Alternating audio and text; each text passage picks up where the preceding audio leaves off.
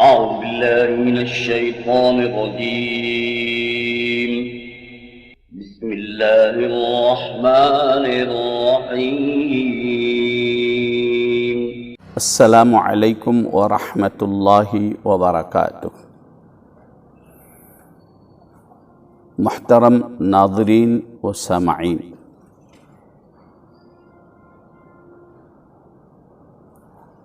الحمدللہ تجویدی یسرنا القرآن کے قرآن کی تعلیم کے جو دروس تھے وہ مکمل ہو گئے۔ اس سے پہلے آپ لوگوں کو اذکار نماز، صورتیں نماز جنازہ سے متعلق بھی بتلایا گیا۔ اب 40 دعائیں اور 40 احادیث اس کتاب میں شامل ہیں۔ اس سے پہلے اس کتاب کے فوائد میں یہ بھی بتلایا گیا تھا کہ یہ 3-4 کتابوں کا مجموعہ ایک ہی کتاب ہے۔ اس میں قدیم زمانے میں 40 دعاؤں کی الگ سے کتاب لینا پڑتا تھا، 40 احادیث کی کتاب بچوں کو دلانا پڑتا تھا، پھر اذکار نماز کے الگ اور یسرنا القرآن الگ الگ کتابیں بچوں کو دلانا پڑتا تھا، لیکن وہ تمام چیزیں اس میں جمع کر دیے گئے ہیں۔ حصے اول سمجھیے الگ سے اس کا حصے اول حصے دوم بیان نہیں کیا گیا، لکھا نہیں گیا، لیکن جہاں تک تجوید کی جو قواعد ہیں، قرآن پڑھنے کے جو قواعد ہیں، وہ حصے اول میں مکمل ہو گئے۔ اس کے بعد سے حصے دوم میں بنیادی دینی تعلیم بچے کو جو ضروری ہے اس کو بتلایا گیا ہے۔ تو آج ہم 40 دعاؤں سے متعلق مختصر اس کی اہمیت کو بتلاتے ہوئے آپ کے سامنے پڑھتا ہوں، بچوں کو بھی کسی قدر سمجھا کر بچوں کو یاد دلائیں۔ عموماً ہم لوگ یہ دعائیں احادیث یاد دلا دیتے ہیں، رٹا دیتے ہیں، لیکن اس کے استعمال کا طریقہ بچوں کو نہیں بتلاتے، جس کی وجہ سے بچے یاد کر لیتے اور استعمال نہ کرنے کی وجہ سے بچے کچھ دنوں کے بعد بھول جاتے ہیں۔ یہ دعائیں یاد دلانے کا بنیادی مقصد یہ ہے کہ بچہ اپنی زندگی میں ان دعاؤں کو پڑھتے رہے، اپنی زندگی میں عمل میں لاتے رہے۔ جب وہ اپنی زندگی میں عمل میں لاتے رہے گا تو اس کو وہ دعائیں یاد ہو جاتی ہیں اور دعاؤں کی برکت سے اس کی زندگی بہت اچھی گزرتی ہے۔ یہ تجویدی یسرنا القرآن صفحہ 40 پر صفحہ 60 40 دعائیں ہیں۔ سب سے پہلی دعا ہے سلام کا طریقہ، چونکہ بنیادی طور پر ملاقات جب ہوتی یا بچہ نیند سے جب اٹھتا ہے یا بچہ کسی سے ملتا ہے تو بچے کو بولنا سکھاتے ہیں تو سب سے پہلے اللہ کے نام کے ساتھ سلام سکھاتے ہیں، اس وجہ سے سلام کا طریقہ پہلے رکھا گیا۔ ابھی اس میں جو ہے جو طریقہ اختیار کیا گیا ہے، بچہ نیند سے بیدار ہونے کے بعد اس کے جو ایکٹیویٹیز ہوتے ہیں، اس کے جو اعمال ہوتے ہیں، اس لحاظ سے وہ ترتیب دعاؤں کی رکھی گئی ہے۔ نیند سے اٹھنا، نیند سے اٹھنے کے بعد بیت الخلاء کو جاتا، پھر اس کے بعد مسجد جانے کی عادت ہے، گھر سے نکلنا، یہ اسی ترتیب سے جو ہے یہ دعائیں مرتب کیے گئے ہیں۔ سب سے پہلے سلام سے متعلق احادیث مبارکہ میں ہیں السلام قبل الکلام، یہ حدیث میں ہیں، تو اسی مناسبت سے سب سے پہلے سلام کو رکھا گیا۔ سلام کے بارے میں احادیث میں ہے، اگر کوئی السلام علیکم کہتا ہے تو اس کو 10 نیکیاں ملتے ہیں، السلام علیکم ورحمۃ اللہ کہتا ہے تو 20 نیکیاں ہیں، السلام علیکم ورحمۃ اللہ وبرکاتہ یہاں تک کہتا ہے تو 30 نیکیاں ہیں۔ یہ مکمل سلام ہے۔ اگر کوئی السلام علیکم کہتا تو اتنا بھی کافی ہے، لیکن بچوں کو جب آپ لوگ کوئی چیز یاد دلاتے ہیں تو بہتر سے بہتر چیز یاد دلانے کی فکر کریں، اس وجہ سے یہاں پر مکمل سلام لکھا گیا ہے، بچوں کو اتنا پورا یاد دلائیں۔ سلام کا طریقہ ہے، سلام کا طریقہ عموماً کیا ہے، لوگ ہاتھ اٹھا کر ہلاتے ہوئے یا بچوں کو ایسا جو ہے نا جھک کر سلام کرنا سکھایا جاتا ہے، وہ آداب ہیں، ہر جگہ کا ایک مزاج ہے۔ خاص طور پر بڑے بوڑھے عورتوں کو سلام کرتے ہیں، آپ ٹھہر کر ہاتھ وغیرہ کچھ بھی اشارہ نہیں کرے، السلام علیکم بولے تو دیکھے کیا سیکھ کے آیا کہ دیکھو بولتے نہیں۔ آداب بھی اپنی جگہ ہیں، اسلام آداب کو بھی سکھایا ہے۔ حضرت سعد رضی اللہ تعالیٰ عنہ قبیلے کے سردار ہیں انصار صحابہ کے، جب وہ تشریف لائے تو رسول اللہ صلی اللہ علیہ وسلم فرمائے تم اپنے سردار کے لیے ٹھہر کے استقبال کرو، ان کا اکرام کرو۔ تو یہ جو ہے نا آداب ہیں، اللہ کے نبی صلی اللہ علیہ وسلم دین میں، اسلام میں آداب کو بتلائے ہیں، اور دین نام ہے ادب کا، الدین النصیحہ کہا گیا ہے، دین نصیحت کا، آداب کا نام ہے، آداب ملحوظ رکھنا ضروری ہے۔ تو زبان سے سلام کرنا بچوں کو سکھائیے، اس کے ساتھ جو بھی طریقہ جہاں پر جیسا رائج ہے اس کو اختیار کر سکتے ہیں، ورنہ بنیادی طور پر زبان سے سلام کرنا ہے۔ السلام علیکم ورحمۃ اللہ وبرکاتہ، یہ مکمل سلام ہے، اور اس کے جواب میں وعلیکم السلام ورحمۃ اللہ وبرکاتہ، یہ سلام کا جواب ہے۔ اگر کوئی السلام علیکم صرف اتنا ہی کہا، جواب میں وعلیکم السلام بھی کہہ دے سکتے ہیں، وعلیکم السلام ورحمۃ اللہ اور وعلیکم السلام ورحمۃ اللہ وبرکاتہ، اتنا پورا جواب دے سکتے ہیں۔ سلام سنت ہے، جواب دینا واجب ہے، لیکن زیادہ ثواب سلام کرنے والے کو ہے، اس میں جو پہل کرے گا اس کو زیادہ ثواب ہے، اور چھوٹا بڑوں کو سلام کرنا، اور تنہا آدمی ہو تو جماعت کو سلام کرنا، ٹھہرا ہوا بیٹھے ہوئے کو سلام کرنا، یہ آداب میں سے ہیں۔ جب بچہ اسکول کو آتا ہے تو اساتذہ ٹھہرے ہوئے رہتے ہیں، بچوں کا کام ہے کہ بچے بڑوں کو سلام کرے، شاگرد استاذ کو سلام کرے، اور سکھانے کے لیے بڑے بھی بچوں کو سلام کیسے کرنا یہ سکھانے کے لیے پہل کر سکتے ہیں۔ خود اللہ کے نبی صلی اللہ علیہ وسلم جب بچوں کے پاس سے گزرتے تو خود آپ پہل کرتے تھے، سلام کرتے تھے، تو اس سے چھوٹوں کو ترغیب ہوتی ہے کہ سلام میں پہل کرنا چاہیے، اور بچوں کو بتلانا کہ بڑوں کو سلام کرنے میں پہل کرو، پہلے تم سلام کرو۔ آج کل بعض لوگ جو ہے نا سلام کرتا نہیں کرتا صورت کو دیکھتے رہتے نہیں، تو سلام کے بارے میں احادیث میں آیا ہے جس کو تم جانتے ہیں، جس کو تم نہیں جانتے، ہر ایک کے لیے تم سلام میں پہل کرو، یہ چیز اپنے ذہن میں رکھنی چاہیے۔ اس کے بعد ہے سوتے وقت کی دعا، اللہم بسمک اموت و احیا، اکثر بچے واحیا پڑھتے، واحیا نہیں، و احیا، احیا، بچوں کو صحیح یاد دلائیے۔ سوتے وقت بچوں کو سنت طریقہ بھی یاد دلائیے کہ بہتر ہے وضو کر کے سوئیں، اور بستر پر جب جاتے ہیں چاروں قل پڑھیں، سیدھے پہلو پہ سوئیں، قبلے کی جانب منہ کر کے سوئیں، یہ سنت طریقہ ہے۔ آپ بچوں کو صرف دعائیں رٹا دیے نہیں، عملی زندگی میں اسلام بتلاؤ بچوں کو کہ ان غیر محسوس طریقے سے چلتا پھرتا اسلام اس کے ساتھ ہو، جب ان کو کام کرنے لگے اسلام کے مطابق کرے۔ قدیم زمانے میں بہت سے لوگ جاہل تھے، لکھے پڑھے نہیں تھے، لیکن ان کی زندگی اسلام کے موافق تھی۔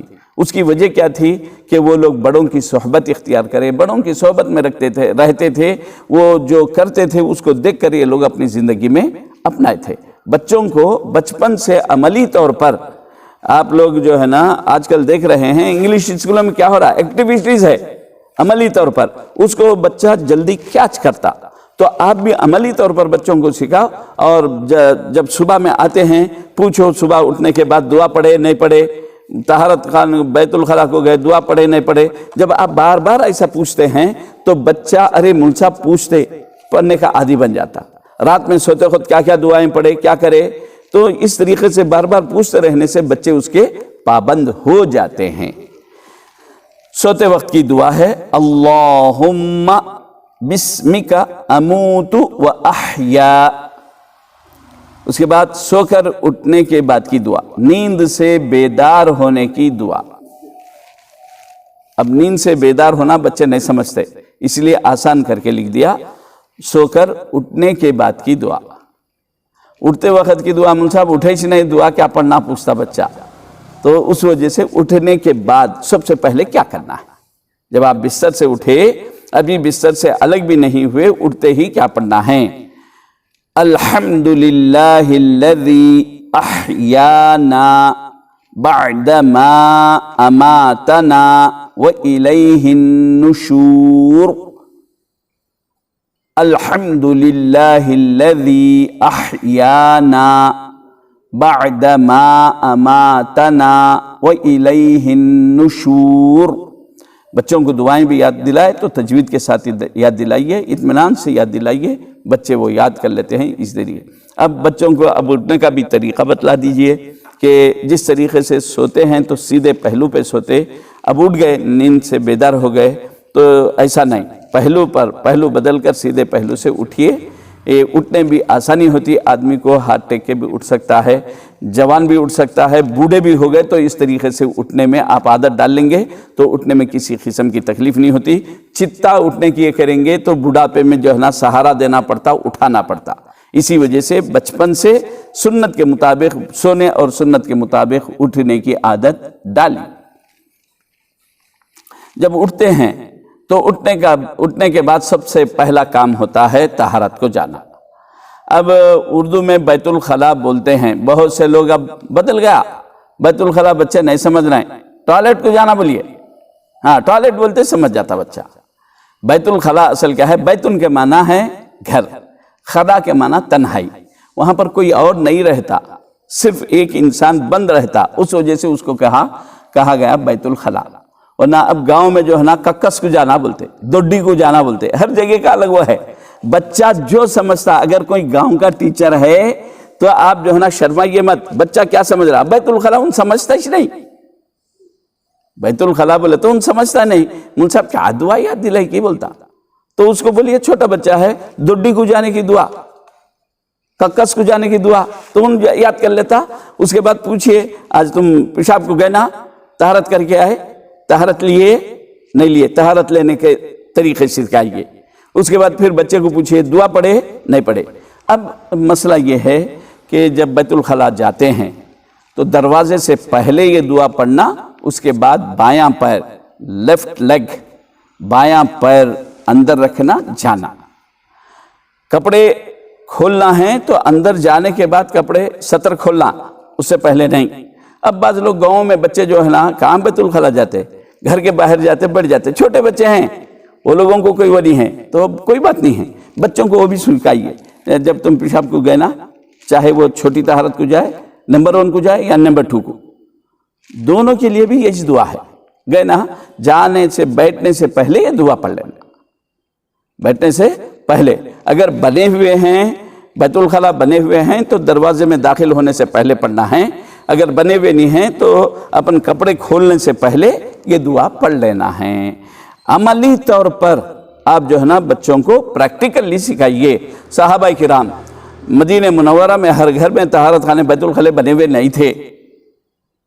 بیت الخلاء کے لیے عورتیں رات کے وقت میں سطر پردے میں جو ہے نا گاؤں کے باہر، شہر کے باہر جایا کرتے تھے۔ خود رسول اللہ صلی اللہ علیہ وسلم کے احادیث مبارکہ ہیں کہ آپ جو ہے نا شہر کے باہر جاتے تھے، جھاڑوں کے آسرے میں بیٹھتے تھے، اگر کوئی آسرا نہیں ملا تو اونٹ کو بٹھا دیتے تھے، اونٹ کو آسرا بنا کر سطر بنا کر بیٹھتے تھے۔ تو یہ جو ہے نا بچوں کو سکھائیے، آداب سکھائیے۔ اگر جنگل میں بھی کہیں جو ہے نا ضرورت پڑ گئی طہارت کے لیے، پیشاب کے لیے یا پخانے کے لیے بیٹھ رہے ہیں تو کیسے بیٹھنا، دوسروں کے نگاہوں سے بچ کر بیٹھنا، یہ طریقہ بتلائیے۔ تو بیت الخلاء میں جانے سے پہلے اگر دروازہ بنا ہوا ہے، دروازے میں قدم رکھنے سے پہلے دعا پڑھنا، اس کے بعد بایاں پیر رکھ کر اندر جانا۔ دعا کیا ہے؟ اللہم انی اعوذ بک من الخبث والخبائث، اللہم انی اعوذ بک من الخبث والخبائث۔ بیت الخلاء میں جب اندر جاتے بیٹھتے کچھ باتیں نہیں کرنا، قرآن نہیں پڑھنا۔ بعض بچے ہیں وہ لوگوں کو جو ہے نا گیتاں گاتے رہتے، بعض بچے ڈرتے، کچھ تو بھی آوازیں نکالتے، گانے گاتے۔ تو بعض بچے اب جو ہے نا مدرسے کے بچے ہیں، کچھ تو بھی پڑھ لیتے بیٹھتا، تو اس کو سمجھا دینا کہ وہاں پر جو ہے نا کچھ پڑھنا کرنا نہیں ہے، جتنا جلدی ہو فارغ ہو کے آنا ہے۔ اور طریقہ جو سنت طریقہ بتلایا گیا، بائیں پیر پر زور دے کر بیٹھے اور یہ بائیں ہاتھ کو ٹھوڈی کے نیچے رکھیں اور سیدھے ہاتھ کو مٹھی بنا کر پیٹ پر رکھ لیں، اس سے اجابت جو ہے جلدی آ جاتی ہے آدمی جلدی فارغ ہو جاتا ہے، آسانی سے آتی ہے۔ یہ سنت طریقے ہیں، اس کو بتلانا، بچپن میں بتلائیں تو کوئی شرم نہیں، بڑے ہونے کے بعد لوگ شرماتے ہیں، لیکن چھوٹے بچوں کو ابھی سے سمجھائیے تو وہ آسانی سے کر لیتے ہیں۔ اس کے بعد جب بیت الخلاء سے نکلتے ہیں تو نکلنے کے بعد باہر آ کر دعا پڑھنا ہے، اندر سے نہیں۔ سیدھا پیر پہلے نکالنا، جاتے خود بایاں پیر، لیفٹ پیر جو ہے نا پہلے رکھے تھے، اب رائٹ پیر پہلے باہر نکالنا، باہر نکل کر دعا پڑھنا ہے بیت الخلاء سے نکلتے وقت۔ غفرانک، اگر کسی کو لمبی چوڑی دعا یاد نہیں ہے تو اتنا بھی بول دیا تو کافی، غفرانک، ورنہ اس کے بعد اور بھی دعا ہے۔ غفرانک الحمدللہ الذی اذہب عنی الاذی وعافانی، الحمدللہ الذی اذہب عنی الاذی وعافانی۔ اس کے بعد جب طہارت وغیرہ سے فارغ ہو گئے تو اب بچوں کو مسجد جانا ہے، بچیاں گھر میں نماز پڑھیں گے، بچے مسجد کو جائیں گے۔ تو بچوں کو جب مسجد جائیں گے تو گھر سے باہر نکلنا پڑے گا۔ بچے چھوٹے بچے ہیں، اسکول جائیں گے تو اسکول جانے سے پہلے گھر سے باہر نکلتے، تو گھر سے باہر نکلنے کی دعا۔ گھر سے باہر جب نکلتے ہیں جب بھی سیدھا پیر باہر رکھنا، چپل پہنتے ہیں تو سیدھے پیر میں پہلے پہننا، تو گھر سے باہر نکلتے وقت سیدھا پیر باہر رکھ کے یہ دعا پڑھنا ہے۔ بسم اللہ توکلت علی اللہ لا حول ولا قوة الا باللہ، بسم اللہ توکلت علی اللہ لا حول ولا قوة الا باللہ۔ یہ گھر سے باہر نکلتے خود کی دعا ہے۔ جب دروازے کے باہر قدم رکھتے ہیں سیدھا پیر باہر رکھنا، یہ دعا پڑھنا اور نکلنا۔ اور خاص طور پر بچوں کو یہ بتانا کہ جب تم گھر کے باہر جا رہے ہو تو امی ابا کو سلام کر کے ان کے دعائیں لے کے جاؤ۔ ماں باپ کی دعاؤں سے تم صحت و سلامتی کے ساتھ پھر گھر کو واپس آتے ہیں۔ پھر جب واپس آ رہے ہیں تو گھر میں داخل ہوتے وقت بھی سیدھا پیر رکھنا۔ یہاں پر بیت الخلاء میں الگ معاملہ ہے، بایاں پر پہلے رکھے سیدھا پیر نکالے، لیکن گھر سے نکلتے خود بھی سیدھا پیر، گھر میں داخل بھی ہو رہے ہیں تو اس وقت بھی سیدھا پیر ہی رکھنا ہے۔ یہ دعا پڑھنا ہے۔ اللہم انی اسألک خیر المولج وخیر المخرج، بسم اللہ ولجنا وبسم اللہ خرجنا وعلی اللہ ربنا توکلنا۔ یہ مکمل دعا ہے، بعض کتابوں میں مختصر دعا بھی ہے، وہ یہاں سے ہے۔ بسم اللہ ولجنا وبسم اللہ خرجنا وعلی اللہ ربنا توکلنا۔ اگر اتنا بھی یاد دلا دیے تو بچے کو کافی ہے، ورنہ مکمل دعا یہ پوری جو ہے۔ اللہم انی اسألک خیر المولج وخیر المخرج، بسم اللہ ولجنا وبسم اللہ خرجنا وعلی اللہ ربنا توکلنا۔ یہ دعا ہے۔